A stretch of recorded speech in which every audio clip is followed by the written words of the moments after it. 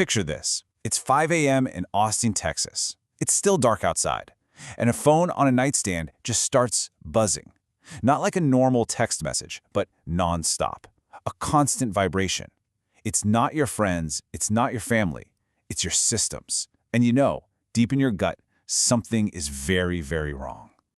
And then this message pops up. I mean, can you imagine waking up to that? It's not from your boss, it's not a critique from a colleague, it's an automated alert. The message is just so cold, so immediate, and yeah, absolutely terrifying. A system that you built is now officially better at your job than you are. And that feeling is physical, isn't it? You can feel your heart just start hammering in your chest, your breath kind of gets stuck in your throat. It's that primal, animal fear of being overtaken, of becoming obsolete in real time. And right there, in that cold, silent moment before dawn, there's this sudden, gut-wrenching realization. It's like a fracture in your reality. A quiet alarm bell screaming that the person you are right now, well, that version of you just isn't built to survive the world that is arriving at lightning speed. So what do you even do with that? Well, our narrator gets in his car. He's driving through these empty Austin streets before the sun is even up.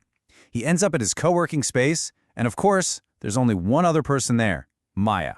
She's a machine learning engineer and, as he puts it, just about the most brutally honest person he knows. She takes one look at the panic on his face, figures out what's wrong, and just says this. And wow, those few words they completely reframe the entire problem, don't they? It's not about fighting the tool. It's not about being a victim. The real challenge is to become someone who can wield it, to evolve.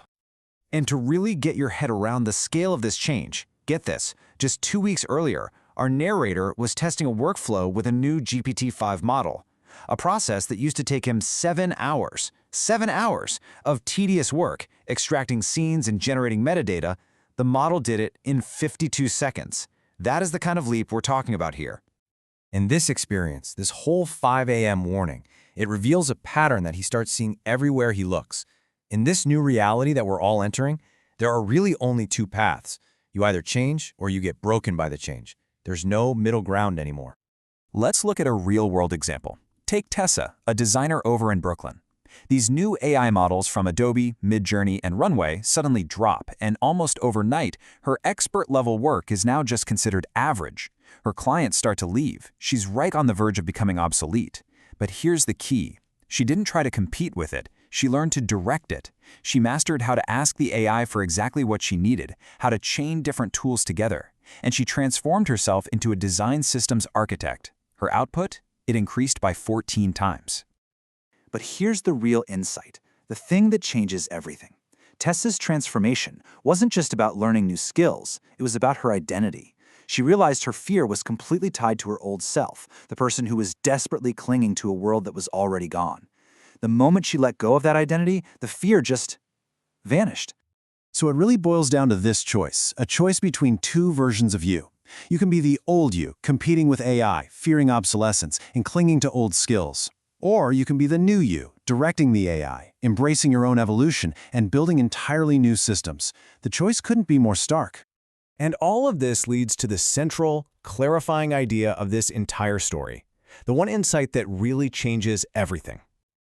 Let that sink in for a second. The problem isn't the technology. The real gap, the one that truly matters, is internal. The race we're in isn't against some machine. It's the distance between your current self and the future self you need to build. That's the race. Okay, so once you have that massive realization, what do you actually do about it? Well, our narrator didn't just sit on it, he built a plan. He didn't try to boil the ocean. He just created a simple framework for closing that internal gap. First, a daily practice. 45 minutes every day, just testing new tools. Not to become an expert, but just to stay curious, to stay fluent in the language of what's possible. Second, a weekly investment. 2 hours every week dedicated to learning automation, turning all that repetitive junk over to the machines. And finally, a huge mindset shift. If AI can do it, his job isn't to fight it, but to supervise it, to direct it. He started replacing hesitation with small experiments and that toxic impulse to compare himself to AI with a simple focus on his own next iteration. And this is where the story pivots. It stops being about him, and it starts being about you. Because you've felt it too, haven't you? That feeling that the world is accelerating, that little whisper in the back of your mind telling you that you need to keep up. So you have to ask yourself this one brutally honest question. The way you're working right now, your current skills, your current habits, is all of that preparing you for the world that's coming? Or are you, maybe without even realizing it, building a version of yourself for a world that doesn't exist anymore? Look, I get it. The task feels huge, almost impossible. But the answer isn't to plan some giant, perfect leap. The answer is to just start small. Learn one new tool. Automate one boring task. Your first step doesn't have to be perfect. And please, give yourself permission for it to be messy. You're going to get things wrong. Your first attempts at a new workflow will probably be slow and clunky. It doesn't matter. Action is infinitely more valuable than perfect planning. And you know what? It is absolutely okay to be scared. This level of change is scary. But the crucial part is to move forward anyway. The fear doesn't have to disappear for you to begin. Bravery isn't about not feeling fear. It's about acting in spite of it. So, when you strip everything else away, it all boils down to this. No more waiting for the perfect moment. No more putting it off until you feel ready, because that day is never going to come. The only thing you can do is begin. Right now. Just start.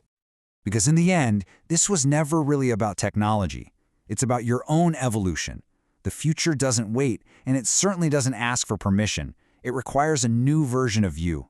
And your job is to build that person, one small, messy, scared step at a time.